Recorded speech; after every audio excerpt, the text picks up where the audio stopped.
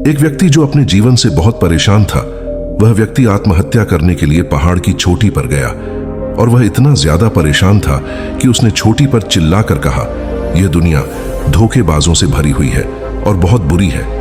मुझे नहीं जीना ऐसे लोगों में। थोड़ी पास ही भिक्षु अपनी साधना कर रहे थे और तब उन्होंने उस व्यक्ति की आवाज सुनी और उसकी आवाज सुनकर वो उसके पास तेजी से गए और उससे कहने लगे कि तुम क्या कर रहे हो, और उसका हाथ पीछे खींचकर उससे बोले कि आगे कोई रास्ता नहीं।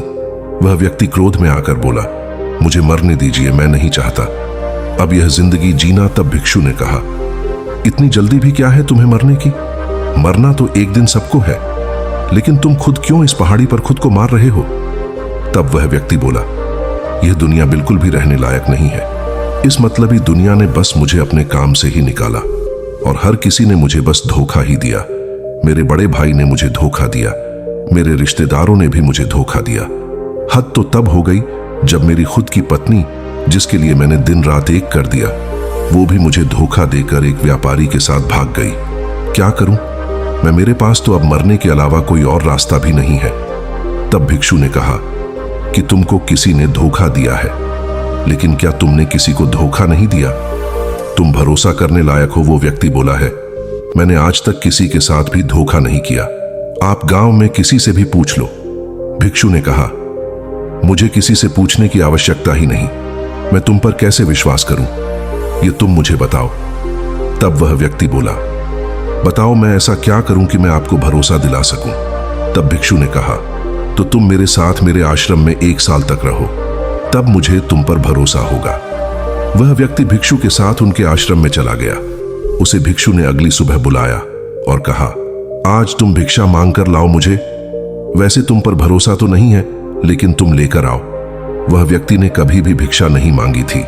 उसे बहुत ही अजीब लग रहा था, लेकिन उसे भिक्षु को गलत साबित करना था, इसलिए वह भिक्षा मांगता है और शाम को भिक्षु को भिक्षा दे देता है। भिक्षु कहता है कि तुम कुछ भरोसे करने लायक तो हो, तुमने मुझे गलत साबित कर दिया। थोड़ी देर बाद उस व्यक्ति को अपनी पास की कुटिया में ले गए, जहां पर एक मटकी टंगी हुई थी। उस मटकी को देखकर भिक्षु ने कहा, देखो, इस मटकी में जहर है। अगर किसी को चुपचाप दे दिया जाए तो किसी को पता भी नहीं चलेगा। तब वह व्यक्ति बोलता है कि आप मुझे क्यों बता रहे हो गुरुदेव? तब भिक्षु ने कहा, ताकि तुम गलती से ना पी लो। कुछ दिन बाद भिक्षु एक आश्रम में महार बैठे हुए थे। अचानक से वहां कुछ बदमाशों ने हमला कर दिया। डर के मारे सारे शिष्य भाग गए। बस उस व्यक्ति ने गुरु को बचाया और एक सुरक्षित जगह पर ले गया। जब सारे शिष्य वहां पर आए तो भिक्षु ने सबके सामने उस नए शिष्य की तारीफ की और बोले, तुम सबसे बढ़िया तो मेरा यह नया शिष्य था। कितनी बहादुरी से इसने मुझे बचाया, तुम्हारी तरह मुझे छोड़कर नहीं गया। भिक्षु दिन पर दिन बूढ़ा होता जा रहा था। तब एक रात को उन्होंने उस नए व्यक्ति को उनके आश्रम में बुलाया। नए शिष्य से कहा कि अब मेरा स्वास्थ्य सही नहीं रहता, तुम मेरे बच्चे की तरह हो। मैं तुम पर सबसे ज्यादा भरोसा करता हूं और मैं चाहता हूं कि तुम इस आश्रम को संभालो। तब वह व्यक्ति बोलता है, अगर आपकी यही इच्छा है तो मुझे कोई आपत्ति नहीं गुरुदेव, मैं आपकी आज्ञा का सदैव पालन करूंगा। वह व्यक्ति गुरु के स्वास्थ्य रोज देखता था और उसे समझ में आने लगा कि भिक्षु तो दिन ब दिन स्वस्थ होते जा रहे हैं। उसे लगा कि अगर यह ठीक होने लगे तो मुझे आश्रम का मालिक नहीं बनाया जाएगा। तब उसने भिक्षु को मारने का तरीका सोचा कि भिक्षु को नदी में धक्का दे दूं, लेकिन वो एक अच्छा तरीका नहीं होगा, उससे वह बच जाएंगे। उसने सोचा कि मुझे कोई ऐसा उपाय ढूंढना पड़ेगा जिससे यह भिक्षु भी मर जाए और मेरा नाम भी ना आए। जब वह व्यक्ति भिक्षु के साथ कुटिया में बैठा था, तब उसकी नजर उस मटकी पर गई जो भिक्षु ने ही उसे बताई थी कि इसमें जहर है। तब उसने अगले दिन वो मटकी चुरा ली और भिक्षु के खाने में वो मटकी का जहर मिला दिया। जब अगली सुबह हुई तो भिक्षु नहीं उठे और बाकी शिष्य बहुत रोने लगे, लेकिन उन शिष्यों में से सबसे पुराना शिष्य था, यह सब देख रहा था। तब उसने तुरंत अपनी कुटिया में से औषधि लाकर आया और भिक्षु को पिला दिया, जिससे भिक्षु को होश आ गया। सब खुश हो गए, लेकिन उस व्यक्ति के पैरों तले जमीन निकल गई। उसके बाद भिक्षु ने सभी शिष्यों को वापस अपने काम पर लगा दिया और उस व्यक्ति को अकेले में बुलाया और बोला कि क्या तुम भरोसे करने के लायक हो? तब वह व्यक्ति बोलता है, मैंने आज तक किसी को भी धोखा नहीं दिया, लेकिन परंतु मुझे यह नहीं पता यह मुझसे कैसे हो गया। तब भिक्षु बोलते हैं कि मैंने तो कभी तुम पर भरोसा किया ही नहीं।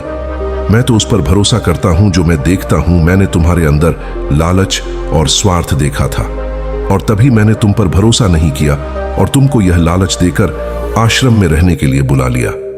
क्योंकि कोई भी व्यक्ति 3 चीजों की वजह से धोखा खाता है। पहला स्वार्थ, दूसरा लालच और तीसरा ईर्ष। जो भी व्यक्ति इन 3 चीजों में रहेगा वह धोखा ही देगा। तुमने कभी नहीं सोचा कि तुमने किसी और को धोखा दिया है, लेकिन तुमने खुद को धोखा दिया है। तुम्हारे भाई ने तुम्हें धोखा दिया, तुम्हारे रिश्तेदारों ने तुम्हें धोखा दिया और तुम्हारी खुद की बीवी ने तुम्हें धोखा दिया। तो उनके साथ तुमने क्या क्या किया वह तुम याद करो।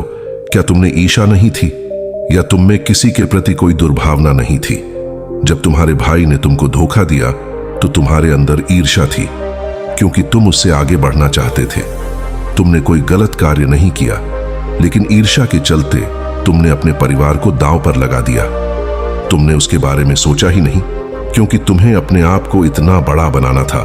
वह ईर्ष्या तुम्हें यह सब काम करा रही थी और इसके चलते तुमने अपने परिवार पर ध्यान नहीं दिया, जिसके कारण तुम्हारी बीवी तुम्हें छोड़कर किसी और के पास चली गई। और यही कारण हुआ कि तुम्हारे रिश्तेदारों ने तुम्हें धोखा दिया, क्योंकि जिस समय तुम अपने परिवार का ध्यान नहीं रख सकते, रिश्तेदारों ने तुम्हारा साथ छोड़ दिया और तुम्हें लगता है कि तुमने किसी को धोखा नहीं दिया, किसी के साथ गलत नहीं किया। मैं मानता हूं कि तुमने खुद कुछ गलत कार्य नहीं किया, लेकिन यह 3 भावनाएं अपने अंदर उत्पन्न करके तुमने खुद को ही धोखा दे दिया। तुम जितना दूसरों को सीधा समझोगे उतना तुम धोखा खाओगे, लेकिन तुम अपने आप को भी तो धोखा दे रहे हो।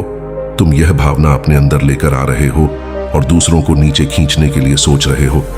तुम जितनी अच्छी भावनाएं लेकर आओ, अपने परिवार की तरफ देखकर चलो और इतने भोले मत बनो कि कोई और तुम्हें धोखा दे जाए। लेकिन हमेशा दूसरों से सतर्क रहो, क्योंकि धोखेबाज इंसान बेशक दूसरों को धोखा ना दे, लेकिन वह अपने आप को धोखा देकर अपना सब कुछ नष्ट कर सकता है। और यही तुमसे हुआ। तुमने इन 3 चीजों के लालच में आकर अपना सब कुछ बर्बाद कर लिया और आखिर में आकर तुम आत्महत्या करने चले। उस आत्महत्या करने के बाद भी तुम खुद को धोखा दे रहे थे, क्योंकि तुमने अपनी बीवी को तो छोड़ दिया, लेकिन अपने बच्चों के बारे में बिल्कुल नहीं सोचा। तुम उनके प्रति तो सोचते। तुमने सबके प्रति एक दुर्भावना पैदा कर ली कि सब धोखेबाज होते हैं।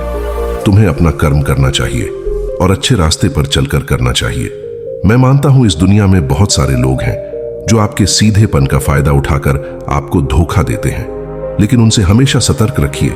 जिस तरीके से मैं तुम्हारी चालाकी, तुम्हारे लालच और तुम्हारे स्वार्थ को पहचान गया, उस तरीके से तुम्हें भी अपने जीवन में सतर्क रहना पड़ेगा, ताकि तुम खुद कुछ गलत ना करके दूसरों की इस भावनाओं को पहचान कर अपने आप को बचा सको।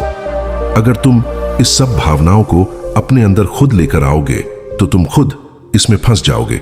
अपने आप को इनसे बचाना सीखो, दूसरों की भावनाओं को समझना सीखो। जब तुम यह कदम उठा लोगे तो कोई भी इस पृथ्वी पर तुम्हें धोखा नहीं दे पाएगा। तो दोस्तों, आपको यह वीडियो कैसी लगी हमें कमेंट सेक्शन में लिखकर जरूर बताएं। आप भी अपने जीवन में इतने भोले मत बनिए कि लोग आपका फायदा उठाकर आपको धोखा दे जाए। अगर यह वीडियो अच्छी लगी हो तो चैनल को सब्सक्राइब जरूर करें, ताकि आपको नई कहानियों का अपडेट मिलता रहे।